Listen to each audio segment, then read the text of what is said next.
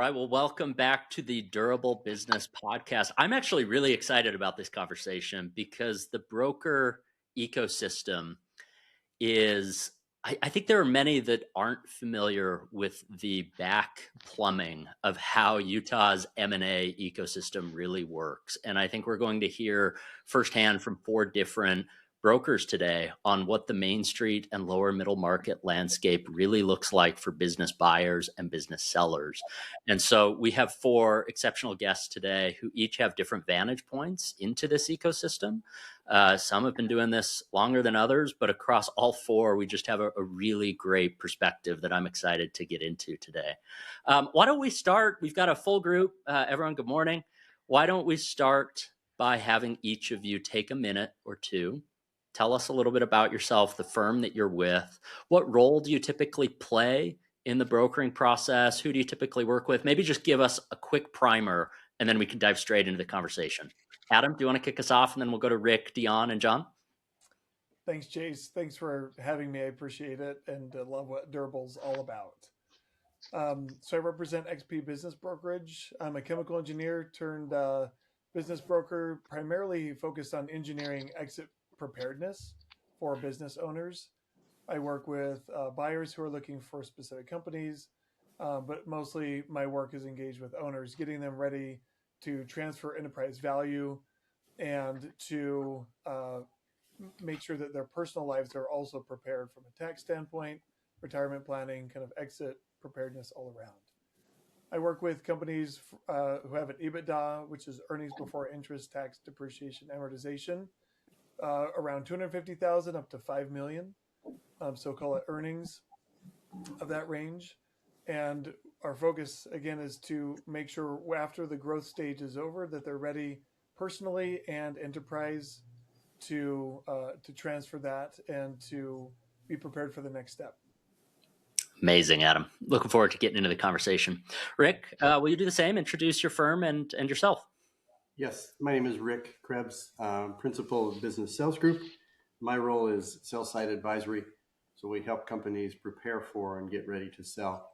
And we empower business owners to harvest the wealth which they have created through their hard work and all of their blood, sweat, and tears. And we help them harvest that instead of leave it to the buyers. And so got over 125 transactions in the last 16 years. And we specialize, we're industry agnostic, but we specialize in deal size between 2 million and 40 million in enterprise value. Thank you. Love it. Dion, what about you? Oh, I am Diane Hartz-Worsoff, and I am the managing partner of Transworld Business Advisors. We are a business brokerage. We actually work with Main Street to lower middle market businesses. So we've sold businesses that had enterprise value from anywhere from $50,000 to multi-million-dollar transactions. And we've been doing it for 10 years. We've sold over 70 businesses in that time. And our goal is to really just help buyers become entrepreneurs and help business owners transition. And aligned with that, I am also the president of Exit Factor, which is a business consulting firm. And our mission at Exit Factor is that we believe entrepreneurs deserve wealth, freedom, and options, and we build transferable businesses that make it possible. So we really work on both sides of the coin, and we are industry agnostic, but we have done a lot of work in retail, B2B, a little bit of everything. Dion, that's great. Your team does great work. It's been fun to get to know you over the past few years. So thanks for joining the conversation. Thanks, Chase. John, why don't you bring us home? Sure. I'm John Dudash. I work as managing director of MTA Advisory Partners. We are also industry agnostic. We focus on EBITDAs between 1 million to 10 million and the enterprise value of 10 million to 50 million. But we've done deals bigger than that and smaller than that as well. One of the things that make us somewhat unique in this space is that all of our partners are C-level executives prior to being business brokers. So we have a unique understanding of what a seller goes through, especially someone who has emotional and psychological attachments to their business, which is grossly underrated, but very, very important in the process. So like these fine people who've spoken before me, getting the most value for the business is obviously the primary objective, but part of the holistic view of the seller within the process is something we try to focus on. Love it, John. All right. Well, we've got 4 of us, so that this doesn't turn into a 3 or 4 hour podcast. I think I'm going to have a couple of you speak to each of the questions, and I'll try to moderate as best I can. But I am looking forward to the diverse perspective that each of you bring, because you all have different sections of the market and different types of experience. I want to start the conversation, though, by setting the stage, and maybe I'll have each of you weigh in on this one, actually, which is, what is the ecosystem like here in Utah? What do most people misunderstand? What, just broad brush strokes? Tell us a little bit about, like, what is Utah's lower middle market or Main Street ecosystem like from an M&A perspective? Anyone want to kick us off?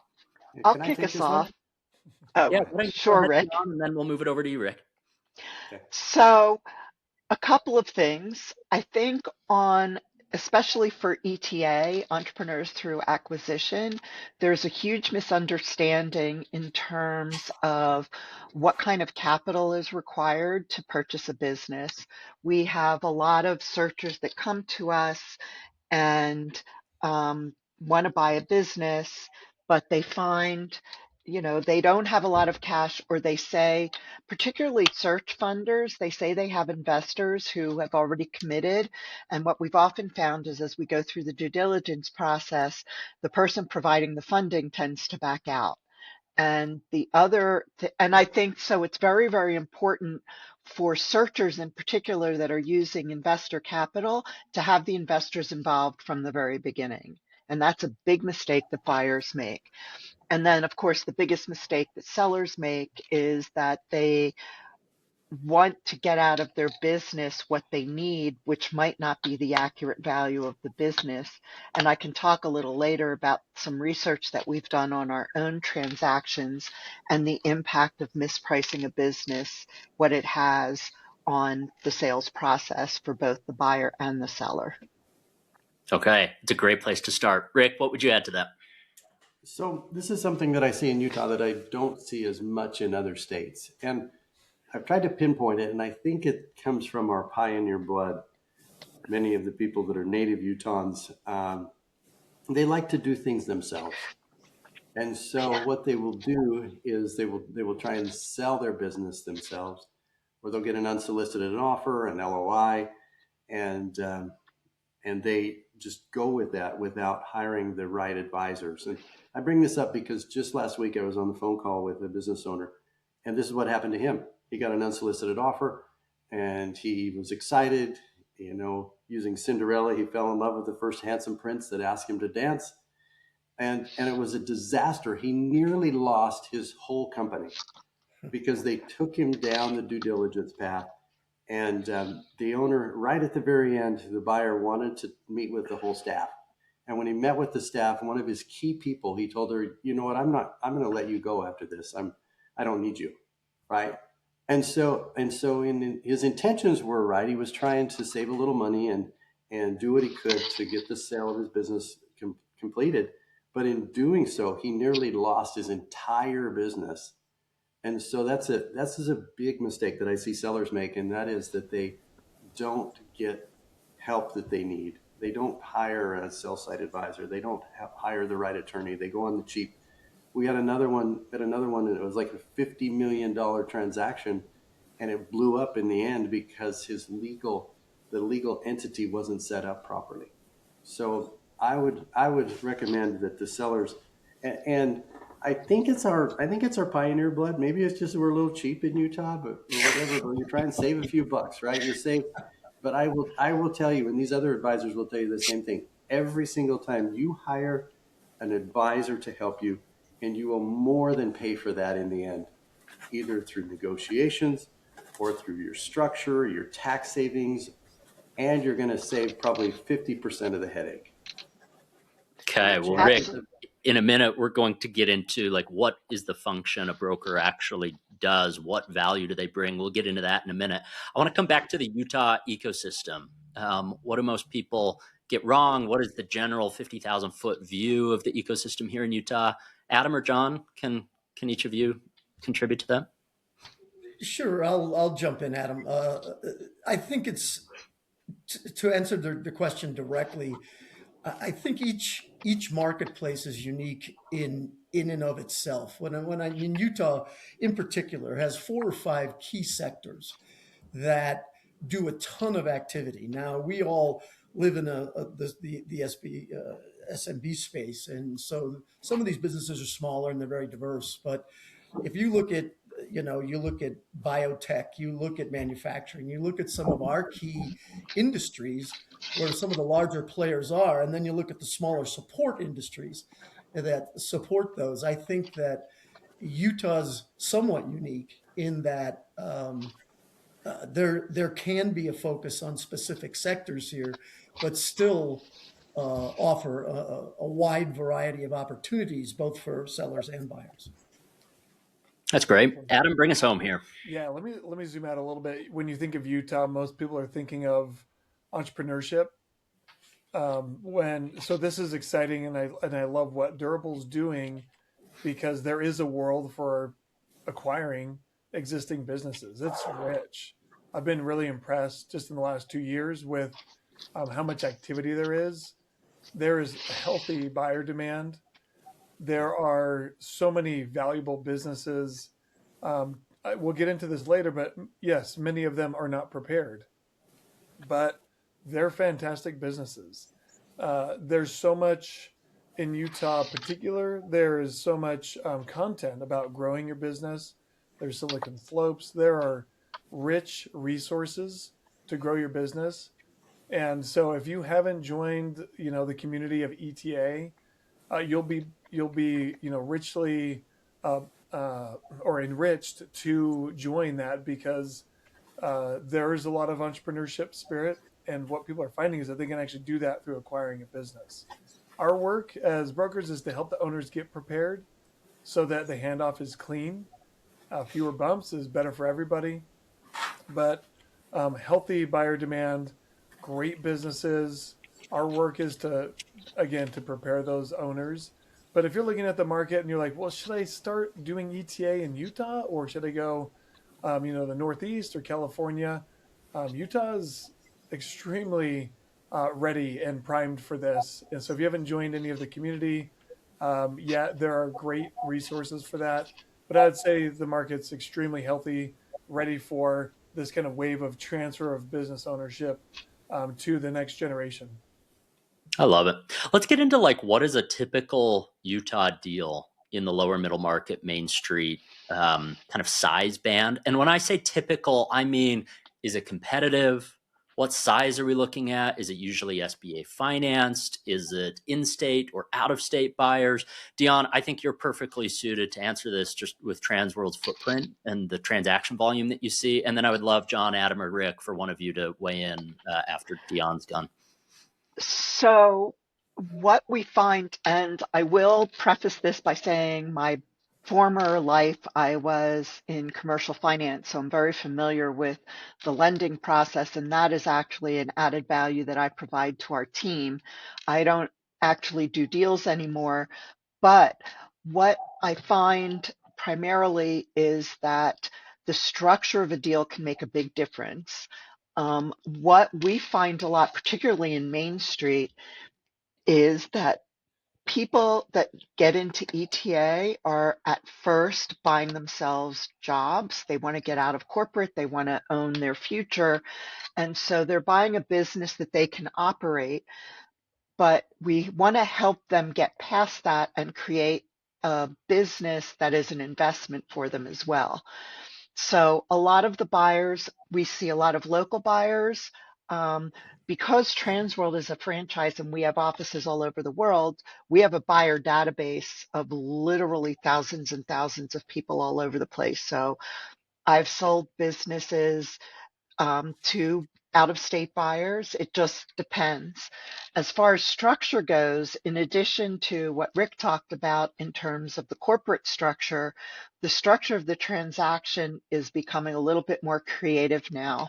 The SBA has significantly tightened their requirements for lending for the lower value loans. In particular, starting yesterday, no owner of a business that is getting an SBA loan for acquisition, none of the owners can be permanent residents. They all must be citizens of the US. So even a 1% owner who's a green card holder, that business is no longer eligible for SBA lending. So that's a huge thing. Plus, obviously with SBA, it's a little bit more expensive, but at the same time, it's providing capital to businesses and entrepreneurs that might not get funding otherwise. The other thing that we're seeing, and we've done this more and more as time has gone by, is a multi-structure transaction where, as I mentioned in my introduction, the buyer needs to have some of their own capital, of course. And I mean their own, not just an investor. Even an investor is going to want you to have skin in the game. Then they'll do perhaps some form of SBA or bank lending. And then also seller financing is a great tool to use as part of an overall structure. We don't like to do seller financing for over 50% of the business. That's a big risk to the seller. We've seen cases where the seller had to take a business back. We had one case there where somebody did do it themselves. They sold their business with 100% seller financing. A year later, they came back. They came back to us and said, "What do I do?" The buyer had defaulted on the note. They were behind on their rent. And of course, because any lease assignment, the seller is still on the lease, the seller not only got a closed business, but they also were liable for the defaults on the lease as well. So obviously you want to manage the risk in return. So we view seller financing as a tool. It is something that the banks are looking for now. The banks don't want to fund 80% of the transaction with, 20 or 10% from the buyer. They want to see that the seller believes in their business, is willing to put their own equity, their own debt on the line as well. So that's the big thing that we're seeing in terms of deal structure and who's looking. And depending on the business also depends on who is looking at the business. For certain businesses in B2B or construction, we're seeing a lot of strategic buyers as well. So it's a range. The smaller businesses tend to be people that are buying jobs and looking to scale. And the big thing that we tell everyone on the business brokerage side is that a buyer will buy your business based on what they see as the potential, but they're going to pay you based on your own past performance. I So love that. that's where. Sounds like something you have said a million times, Diane, and rightfully so. I'm curious, Adam, John, I'm going to have you weigh in on the next question, but Rick, I think your vantage point would be useful to this as well. Can we come to this typical deal in Utah in lower middle market, Main Street? Add some thoughts to what Diane already started. What does a typical deal look like? What are you seeing on the ground of deals that actually get done? So I'm going to say deals that get done, number one, are priced right. If you're going to market with the price, if it's priced right within reason, then they get done. If they're overpriced, they just sit on the market. Number two is that the seller's expectation of what they should get. If you're not going to market, you're running a bid process, you're not going with the price, they have to have an alignment or at least a reasonable expectation of what that structure is going to look like and what price they're going to get in the end. Because if you don't, and you're too far apart with your buyers, the deals just sit and sit and sit, and they don't end up getting done. Those are the two main things that I see. That's great. I want to take a step back, and Adam, John, have both of you weigh in on this, which is coming back to one of Rick's comments earlier. What does a broker do? What role do you play in a deal? Where do you add value? I think the majority of our listeners are going to be searchers on the buy side, but I think it would be helpful for them to hear firsthand, how do you position yourselves to the seller, and where do you make your money? What role do you play in a successful deal? Adam, let's have you kick this off, and then John, would love your thoughts as well. Yeah, what I found most enriching about this line of work is the actual human relationship that you develop. There is a real attachment because it was said before, blood, sweat, and tears has gone into building this over a long period of time. Those human relationships end up being really enriching. And I'm speaking for all the brokers, but that's one of the primary outcomes that I really enjoy. And let me just maybe touch on, what does a typical deal look like when an owner is prepared. Those deals generally close between 5 and 7 months. So our work is to think through. What I do is two different kind of pillars. The first one is on enterprise value. So how dependent is the owner or the business? How dependent is the business on the owner? And then you have how prepared is that owner for tax strategies, a retirement, life after being the CEO and the go-to person, being prepared for that. Generally, I like to engage with owners 2 to 3 years prior. That's not always their timeline. They sometimes want it more expedited than that. But the best work that we can do is to treat this like it is. This is a human relationship going through a very big life change. And doing that delicately and with wisdom and insight turned out to be really incredible for kind of all parties involved. If the books are clean and you have SOPs, which is standard operating procedures, and you're really crystal clear on how you've mitigated risk inside the business with contracts, with suppliers, all of that helps the owner right now, and it helps the acquirer coming in. They don't need to rebuild that. It's already structured, and you can show some actual success with that infrastructure in place. Love it. Thank you, Adam. John, can I ask to push you a little bit on this question of the economics of how does a broker make money? Where do they add value to the process? We talked a little bit about Utah's tendency to go at it alone. I think I'd like to have you address that head on, as well as just the general question, what does a good broker do? What value do they bring to the transaction? Yeah, and that's a really important question. I couldn't agree more, because so many people think that selling their business is, and through no fault of their own, it's because of a lack of experience in this. Most people don't sell 12 businesses in a lifetime. And by virtue of the fact that they have limited experience in that field, they think it's like putting a car on KSL. You put it out there, people come in, they take a look at it, they take a test drive, and at the end of the day, they make an offer. And too many times, with and without a broker, too many times that's the preordained expectation they have when they go in. And it is so much more than that. A broker offers so many more services, as Adam quite rightly said, on the personal and emotional side, on the technical side, legal issues, environmental issues. You can go down the list of all the things that will determine the value in the business. People start with value and then weed down from there. I think when you're working with a client, you need to say, look, the value of this business has many definitions, and it will be, whether we close a deal or not, will be determined on how we can represent that value, how can we enhance that value, and come to an agreement on what that value actually is. The broker gets a percentage of the sales, obviously. That's how we make money, much as a realtor does in a house transaction. But the value that a broker brings to this particular process. First of all, they run a process.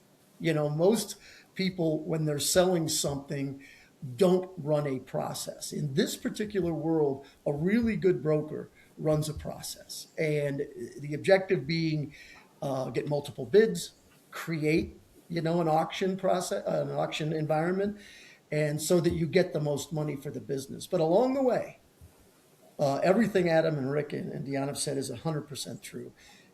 And I won't bore you with the minutia of it, but it's far more involved than we can possibly describe here.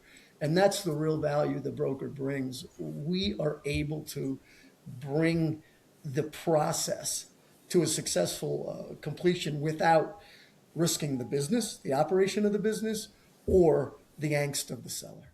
Really helpful. Just briefly, and then we'll move on. John, you've sat in multiple seats in your career on different sizes, different stages of the M&A process. Will you give maybe the uninitiated just a broad brush? What are brokers making on a deal? What's market right now? How does it vary in kind of the Main Street, lower middle market category? Sure. I won't speak for my colleagues here, but in our firm, we generally charge between 3.5% to 10%, depending on the size of the deal, and a small retainer up front, which we apply to the final fee upon transaction. Our firm's a little different in that we've closed 100% of the deals we've ever done because we're very particular with the people that we work with. We, like Rick said, and quite rightly so, unrealistic expectations, either from a buyer or, most importantly, a seller, leads to really bad outcomes. And so we've been very fortunate and very discriminating in what we do, but we do about 3.5% to 10%, depending on. That's useful. Just wanted one data point just to kind of get the listener a sense of the market. Obviously, it varies by firm, but I want to move on to the topic of deal flow. A lot of folks who want to buy a business are convinced they want to buy an off-market deal. And some of them run their own process. They're trying to interact with intermediaries, go direct to sellers. But brokers are in the very business of attracting deal flow. And I'm just curious, where does your deal flow tend to come from? Do business owners tend to initiate a conversation with you? Are you also interacting with intermediaries? Are you planting seeds years in advance, like you mentioned, Adam? I'll let anyone jump in on this. Where are you getting your deal flow? So I'll short start. answer, everywhere we possibly can. Where does it tend to come from, Rick? Not and then untrue. Beyond, it sounds like you were going to weigh in. But Rick, No, I was going to say, we do outbound marketing, both digital and non-digital. We are involved in a lot of organizations. So I'm part of EPI, I'm part of the International Business Brokers. As my business partner likes to say, we are chamber junkies. We probably belong to about 7 or 8 chambers of commerce up and down the Wasatch Front in our territory. And now that we've been in Transworld for 10 years, we are primarily getting referrals. And we have a team, and each of our members has built their expertise in certain areas. So they're getting a lot of referrals. And I think Rick and Adam, I don't know if you've been in business long enough, but what we're finding now is that we are having what we like to call return customers. We have people that bought a business, grew it, and then they've decided to exit. So we have buyers that come back to us as sellers. We have one, this was a small one, but we've sold the same coffee shop twice. We've done this. We've sold 2 coffee shops twice. That's amazing. So, but at this point, a lot of it is referral. A lot of it is being out and about in our communities and letting people know that we're there. And that's really been the biggest payoff for us. Great. We've got time for one other if Adam or John, one of you want to jump in. I'll just say that a lot of this is built on trust and reputation. So when you really treat people as humans and this transition and prepare them, that goes a long way. A lot of the kind of connections I've made are with CPAs where they have high trust. And if I can build that trust with them, then they see this kind of trust environment. Again, there's financials.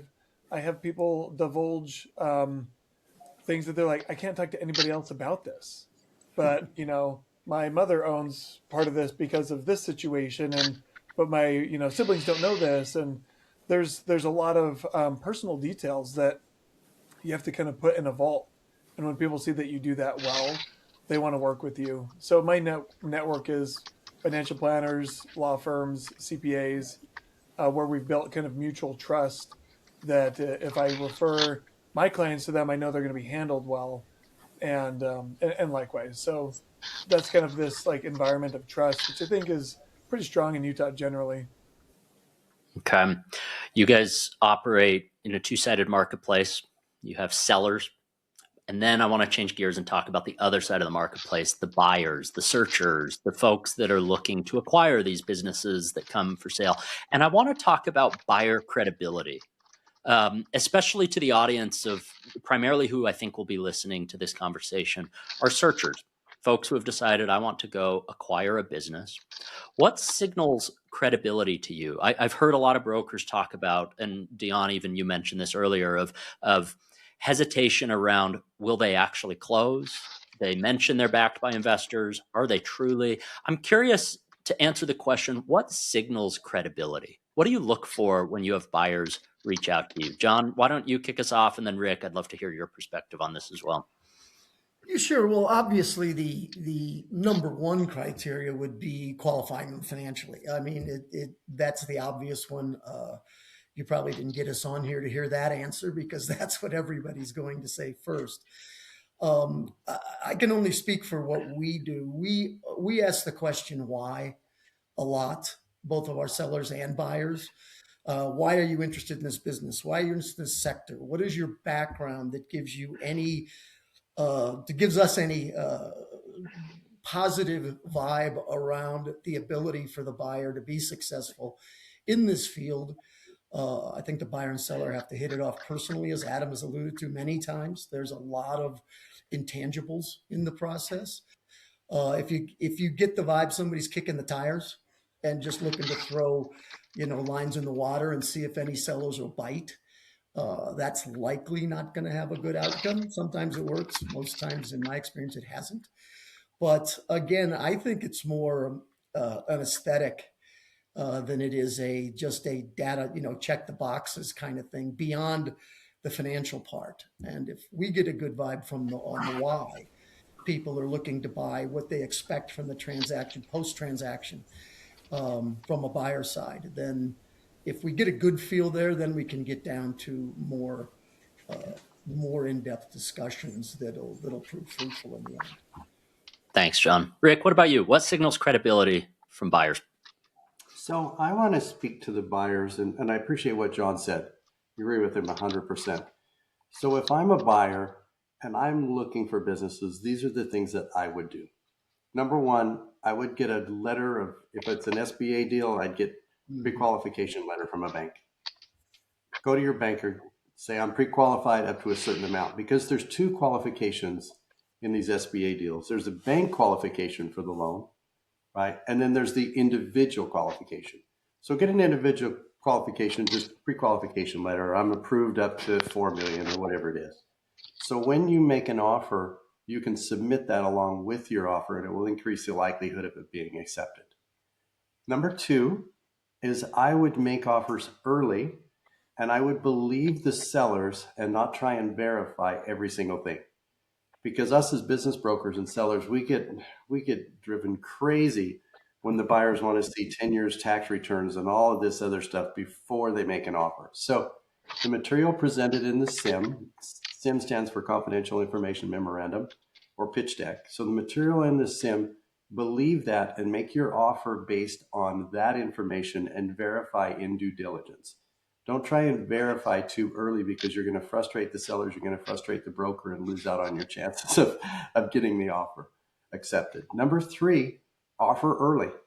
If you see a business that you like, make an offer, get it locked down, You know, it's like getting engaged. Put a ring on the finger, get the bride out of the market, and get Oh, your that was offer in. sexist. Sorry, Dion, but just is what it is. Or get the groom out of the market, whatever it is. But get that offer made early, submit it with a pre-qualification letter, verify during due diligence. The number 3 thing is oftentimes it's not the highest purchase price or the highest number that's going to get you the deal. They need to like you. And we see this time and time again where it is about the numbers. Yeah, we're looking at numbers, but the buyer and seller have to like each other. So I would do a Zoom meeting, I would do an in-person call, but get to know them because it really comes down to trust. We can write a 1,000-page purchase agreement. It's not going to cover every way you can get sued or that you can lose.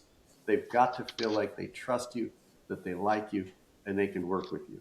Number 4, I would say treat it as a partnership because that's what it is. This isn't a divorce. This is a partnership. And so you want to develop that partnership and you want to like the person you're working with and make your offers early and get a pre-qualification letter, and that will increase your likelihood of getting a good business. The good ones go quick. That's why I say do your offers early. These good ones, they're on the market. Some of ours don't even hit the market, right?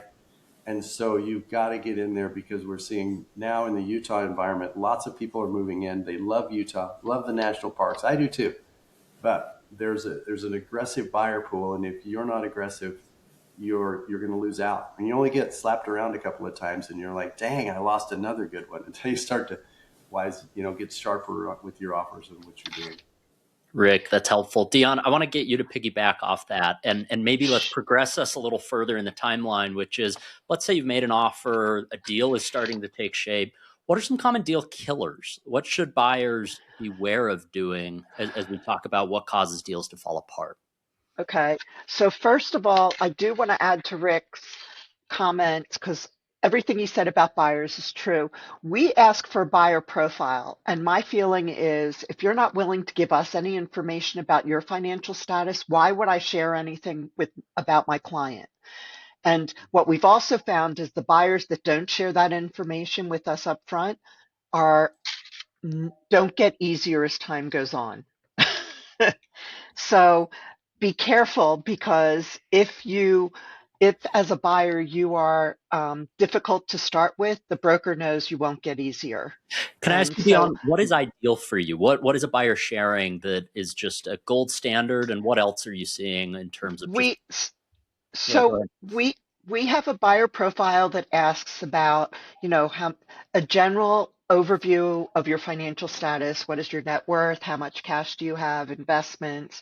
The other thing that we ask for, particularly for searchers, is if you have an investor, they also need to sign an NDA up front and provide a buyer profile. And if the investor is not willing to do that, that usually means that they're not. We get people all the time, oh, I have an investor that's going to provide the capital. They won't sign anything. And when they make an offer, that's when we find out that the investor is not as committed. So for buyers, make sure that if you're working with a search fund or you're working with someone who's going to help finance the transaction, get them in there at the beginning. We also talk about, when we're working with buyers and sellers, to have anybody who might be involved in the decision making, either professionally or as a family, involved. If you're married or if you have a partner, have them be a part of the conversation, because otherwise it never goes through. So the way we do the process is we like to do a buyer interview up front. And what we found by doing that is we find out what the buyer's intentions are, which I think everybody else spoke really well about. But at the same time, we have often found that a buyer that reaches out to us on a particular business listed for sale ends up buying something else. And if we don't have that conversation with them, and back to what Adam said, it's developing trust with the buyer as well, is we ask them questions about them personally.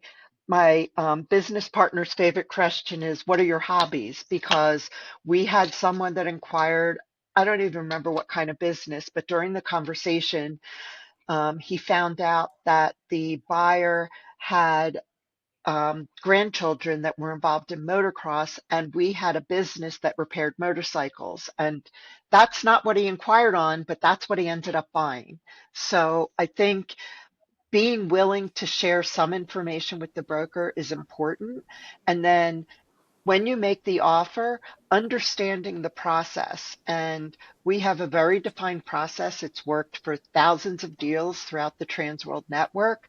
And we for anything under $2 million, we have a purchase agreement, an offer and acceptance agreement that we use for all our transactions because it works. So it has the due diligence. We request obviously a earnest money deposit up front, but that earnest money deposit is refundable if during the due diligence period they find something they don't like or they change their mind, if they can't get financing, and if they can't get a lease assignment if it's a rental property that is integral to the business. So even through the process, our agreement is stronger than an LOI, but it works because we have it structured in such a way. We have a timeline for due diligence.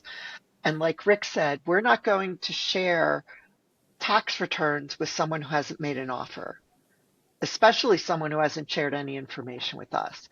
The due diligence period is the time where you get that information. We have that information available. We have everything ready to go. So all we have to do is share a folder with the buyer during the due diligence period. Once they sign off on due diligence, we help them if they're getting financing. I have spent hours and hours and hours on the phone with banks, primarily letting them know that I don't agree with what they're telling me. A lot of banks use the SBA as an excuse for why they can't do certain things, but I read the SOPs. So I say, look, tell me the truth. Is this really an SBA issue, or is this your bank's overlay? Just be truthful. And then once the financing is in place, we actually work with a closing attorney to ensure all the documentation is in place. The structure of the deal is put together. If there's a seller note, the attorney is the one who draws up the promissory note. And then we go to closing with the execution of the documents. If there's a loan involved with a bank, the bank usually works through the same attorney to get their documents closed. And then there's usually, depending on what the buyer and seller agree on, there's a transition period. So but I think for buyers, trust the process. You're looking at years and years and years of experience here. We've done this before. Please let us do our process because we know it works and it gets everybody to the finish line. And our favorite thing is when everybody's smiling at the closing table, and that's what you'll see on social media when we close a transaction. Diane, thank you. I think you answered really well. What are some things that cause deals to fall apart, which was the question I posed. I want to now flip it. And I'm curious, John, your vantage point on the opposite question. What are symptoms of a deal that does get across the finish line? What does that process typically look like? What exists on deals that make it all the way to the finish line? Can you kind of elaborate a little bit on Diane's comments? Sure. I think, yeah, everybody has kind of touched on it pretty well through other questions you've asked. The keys that I find that are consistent throughout all deals that close are a clean and very transparent set of books. Deals rarely get across the line when there's ambiguity in the financials and how they're represented. The other piece is a cultural. I think Adam alluded to it, but there has to be a cultural fit with the two players, or it likely will hit a snag somewhere along the way. And the other part I think that really, really is very important is accessibility. You know, when you have a sim out there or you make a representation of the value of a business, the aesthetic value or the value proposition that the product in this particular business or service that is being touted as the value and worth the money that they're asking you to pay, is that easy to see? Is it very obvious? You may not agree on the number, but at least you get the value proposition from this business. So if you have clear, I like gap, to be the fundamental method of representation, but it doesn't have to be. But clear, transparent, and easily understood financials, transparency in the value proposition of the business, and then lastly, the intangibles of the relationship between buyer and seller. I won't belabor the point, but a seller, this is their baby. They're very, very protective of it. They're protective of their people. They're protective of the name on the outside of the building. They're protective of their constituency. And if that doesn't mesh with a prospective buyer, it unless it's a fire sale, it just largely throws a monkey wrench into the whole process. Can I I build want to. on John's I comment wanted real to quick? add a. I wanted to Yeah. add a really quick Sure. thing. The biggest deal killer is surprises. Nobody likes a surprise. Right. Period. And that can be financial. That can be, oh, I didn't know I had this lawsuit. Everybody needs to be transparent from the get-go, the buyers and the sellers. Right. Love it, Dion. Adam, go ahead and jump in. Yeah, I think John's analogy about a KSL car listing is a good way to look at this. So if you were talking about private equity sized companies, yeah, you should go in ready to negotiate, use all your negotiation tactics, things like that. But if you're coming into the smaller market where a lot of us play, again, this is a trust environment, and part of that is how well you mesh. So here's like a practical tool to use to enable this and to help the searchers. Go on to Loom or Pitch 59 or YouTube or whatever. Make a video of yourself and what your purpose is. If you're really serious about your buy box, which is the parameters you give on what you're looking for, then make a video of yourself talking about it, how you're uniquely qualified. Here's a picture of my family. This is what we love doing. This fits, like, everything about what we're doing is like, your business is perfect for us. That goes so far, again, because we're not playing in the private equity, like, let me be in the shadows and put out some really low ball offers. Like, you're coming and you're saying I'm pre-qualified. You're doing all of these things up front to show like how you're a good fit to take their legacy forward. You're going to take care of their key employees that have been at the owner's side from day one.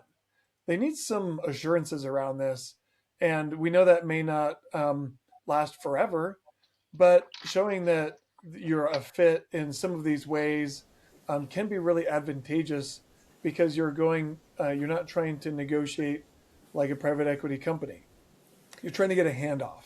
And if you think about it like that, sellers or buyers may approach things a little bit differently that I'm sure we all think would be a lot more valuable in helping transition, going to come to completion.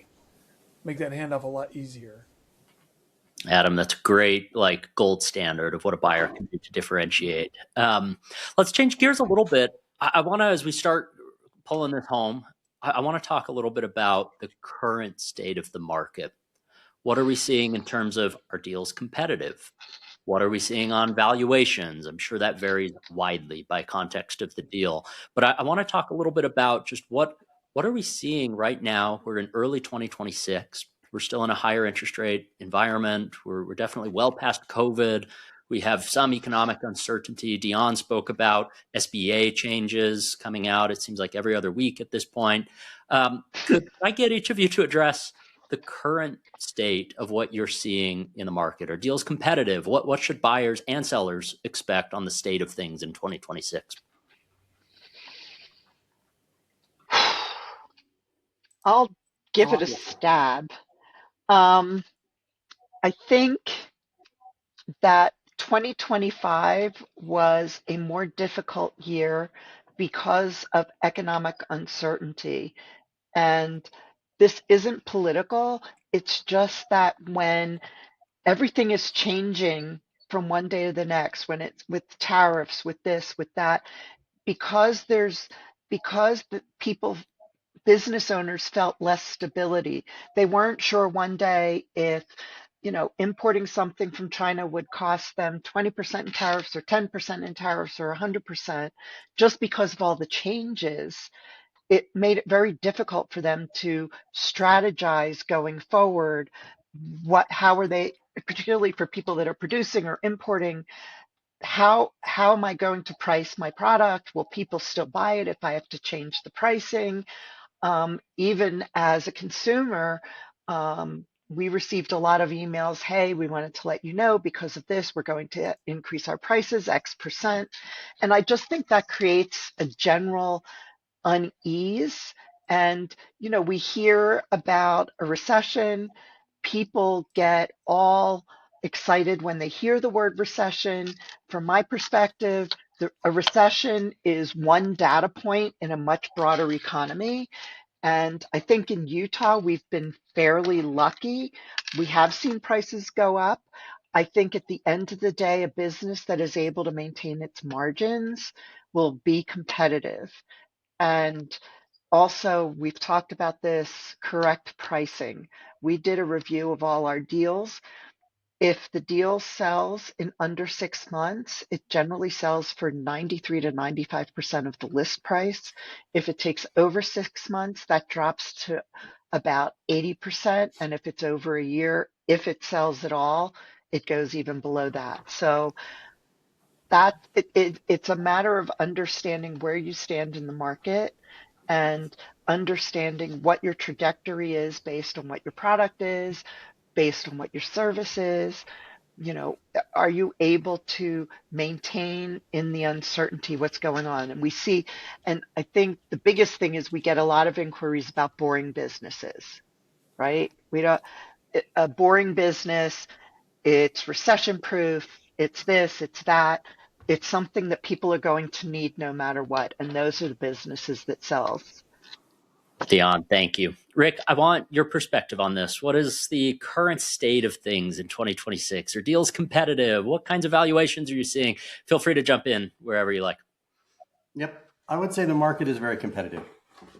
From a buy side, there's lots of buyers, more buyers than there are sellers.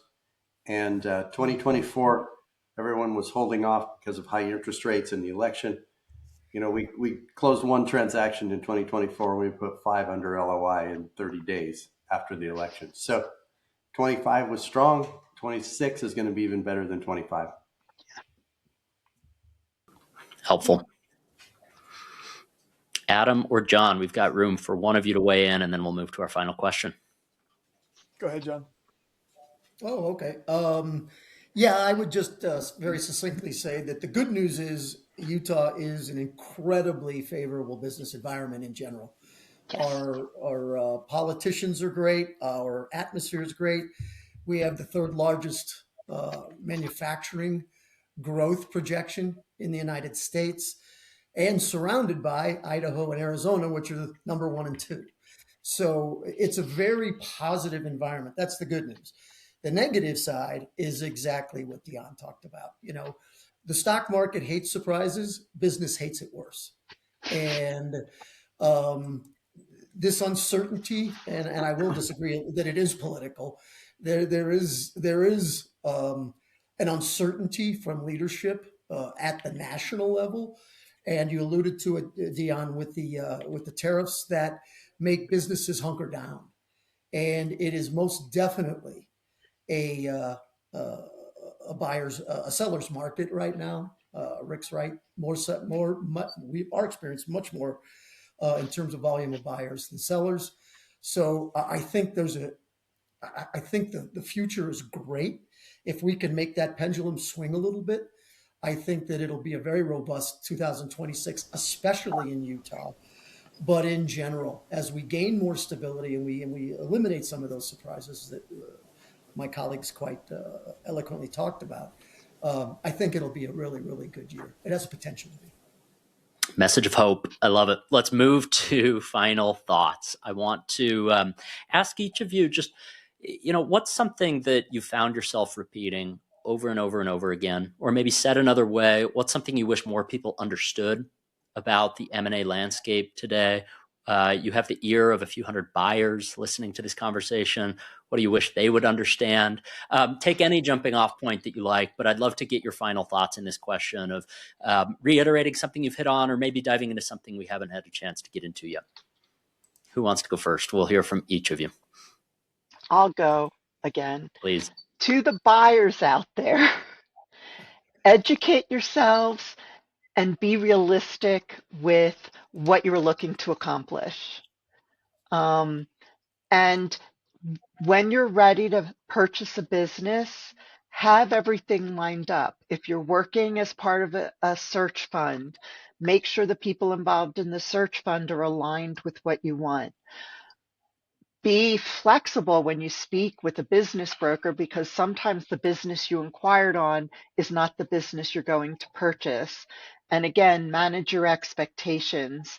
My favorite joke is that, I have a buyer that comes to me and says, well, I have $10,000, but I want a business that's generating at least $250,000 a year in seller's discretionary earnings, and I want it to be absentee. Do you have anything like that? And my response always is, I will tell you about the second business like that, because the first one I find I'm buying myself.